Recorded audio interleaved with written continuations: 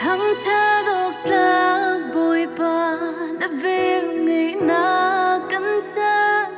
căn tua khô nó tiếng hở na căn sung nát luân ter bờ lâu căn phu tộc lâu nồng na chợt xóa phong vinh nó cầm về nên min tiếng nói xin ca nên thăng chợt bồi bà làm căn xuôi cầu bồi bà na lian ngan na thong in kan hai lei cha a ruwa chana na dot na kan chau ter ko na du na bangin si ko se kan nak nang ma sin kanin pe na min thiang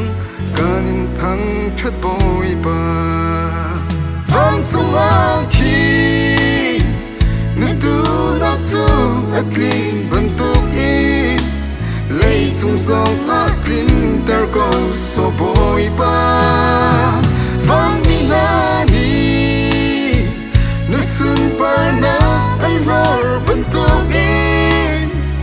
lei sung na thong cha kan a pi lai ho na du na bang in si ko se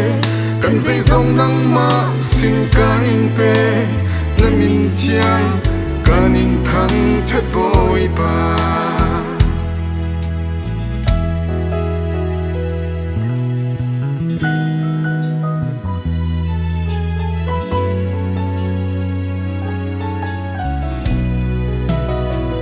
kan sâu hàng câu boy ba na gian pha na thong in bum sa rao ngăn đầm na lạc song sung kan chau ter ko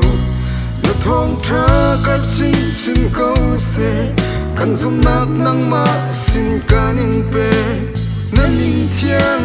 kanin thang chat boy pa na pen na